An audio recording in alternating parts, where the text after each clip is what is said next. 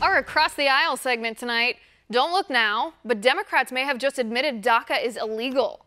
Eric Columbus, the man who worked on DACA as a lawyer for the Obama administration, he admitted in a series of tweets that a court challenge to DACA is very likely to succeed.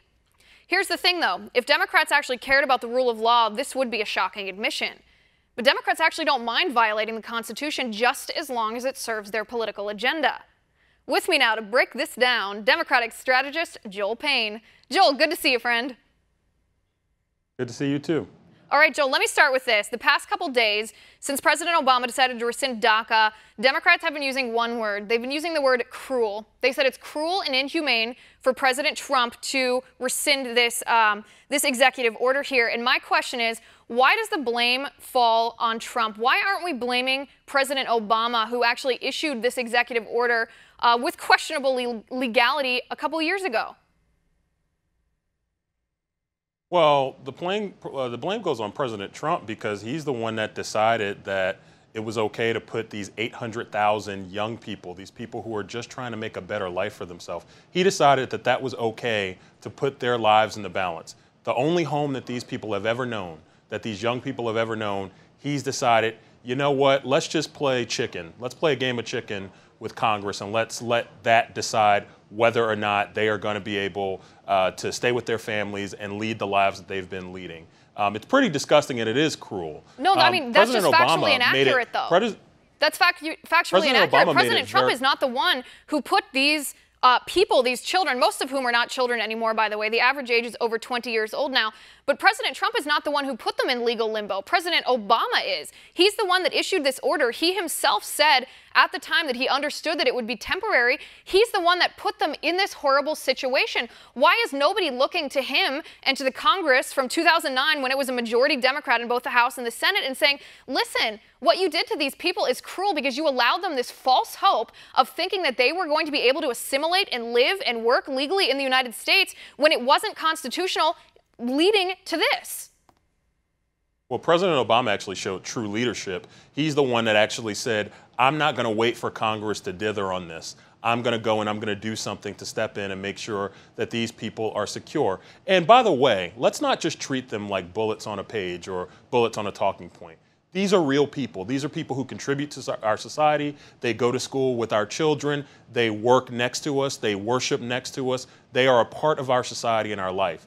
And so to reduce them to a bullet point on Jeff Sessions' briefing sheet and reduce them to a conservative talking point, it's really offensive. No, nobody's doing that. I understand that. That's why I feel so passionate about this issue, because I feel like Democrats are the ones politicizing these people. President Obama was the one that played roulette with these people's livelihoods and their lives. I don't understand why the parents of these children aren't sharing some of the responsibility for their plight here. It is a very difficult situation that elicits a lot of emotion and a lot of compassion to think about the situation that these children were put in. But the people who put these children in this situation were, number one, their parents who came here illegally without thinking about their children's welfare, putting not just themselves, but their children in harm's way. And then President Obama, who promised them something that was outside of the authority of his executive office. He violated the Constitution, Joel, and he put these people in harm's way, and Democrats are politicizing it. They'd rather point the finger at President Trump, call him cruel, than actually acknowledge where the problem came from in the first place. I want to spend some time talking about these people as we're talking about them. 36% of them have a bachelor's degree or higher. They are expected to contribute over the next decade over $450 billion to our economy. They have to pass a background check. Less than 0.25% have gotten in trouble. And those that do get in trouble, their status is rescinded immediately.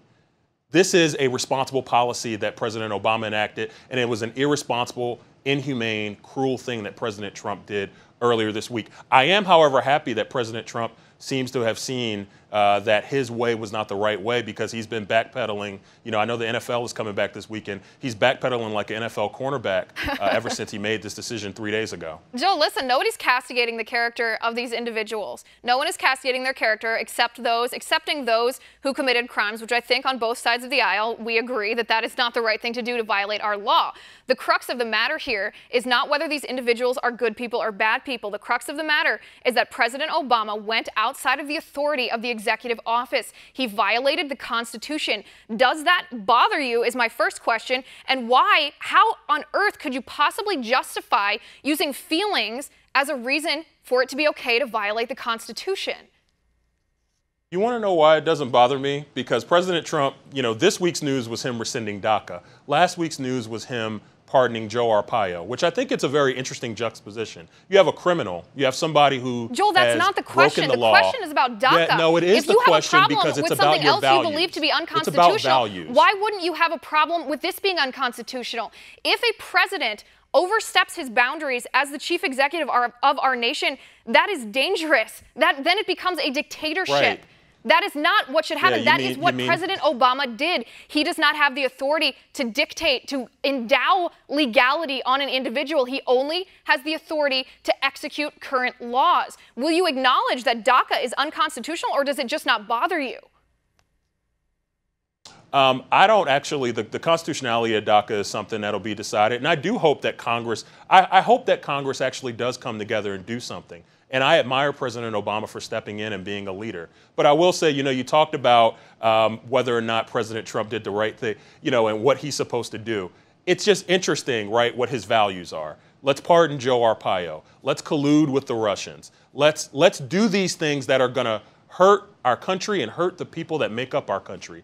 And something that is giving people an opportunity, let's eliminate. I just think that's a really interesting value statement on President Trump. I think it's a good commentary on the constitutionality of both President Trump and President Obama. President Trump had it within his constitutional authority to pardon Arpaio, whether or not you like Arpaio or agree with what he did as sheriff. There is no proof of collusion with Russia. He's done nothing extra constitutionally, yet President Obama did. And by doing so, he put into legal limbo 800,000 young people who were brought into a difficult situation by irresponsible parents. That bothers me as an American, and I would think it would bother all of us. Joel, I appreciate our conversations as always. Thanks for being here.